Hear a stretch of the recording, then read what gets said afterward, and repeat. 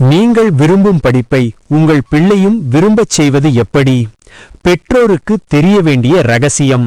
இது போன்ற தகவல்கள் பெற நம்ம சேனல் தமிழாலயத்தை சப்ஸ்கிரைப் செய்து ஒரு லைக் கொடுங்க. கூடவே பக்கத்துல இருக்கும் பெல் சிம்பலை தொட்டு அதில் இருக்கும் ஆல் ஆப்ஷனை செலக்ட் பண்ணிடுங்க.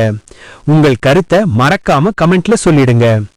நாம் விரும்பும் படிப்பை நம் பிள்ளைகளும் விரும்பி படிக்கணும் என்று எல்லா பெற்றோர்களும் நினைப்பது இயல்பு. ஆனா ஒரு உண்மை என்ன தெரியுமா? அழுத்தம் கொடுத்தால் அவர்கள் வெறுப்பார்கள், புரிந்து கொண்டால் அவர்கள் விரும்புவார்கள். இன்று அதற்கான 5 முக்கியமான வழிகளை பார்க்கலாம். பாயிண்ட் 1, குழந்தையின் விருப்பத்தை புரிந்து கொள்ளுங்கள். முதலில் உங்கள் குழந்தைக்கு என்ன பிடிக்கும் என்பதை தெரிந்து கொள்ளுங்கள். அவர்களுக்கு சயின்ஸ் பிடிக்கலனா ஃபோர்ஸ் பண்ணாதீர்கள். அவர்களின் இன்ட்ரெஸ்டை கவனியுங்கள். விருப்பமில்லாமல் படித்தால் வெற்றி கிடையாது.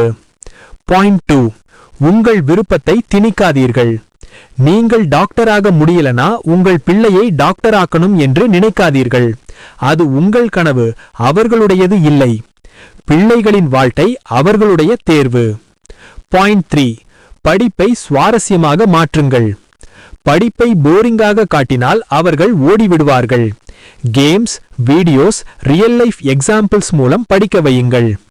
மேத்தை ஷாப்பிங் மூலம் கற்றுக் கொடுக்கலாம். பாயிண்ட் 4, பாராட்டு மற்றும் ஊக்குவிப்பு.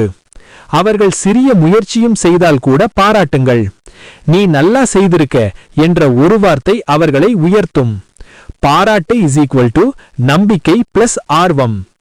பாயிண்ட் 5, நீங்கள் தான் ரோல் மாடல். நீங்கள் படிப்பை மதிக்கிறீர்கள் என்றால் அவர்கள் அதை பின்பற்றுவார்கள். நீங்கள் போனில் இருக்கும்போது படிக்கணும்னு சொல்ல முடியாது.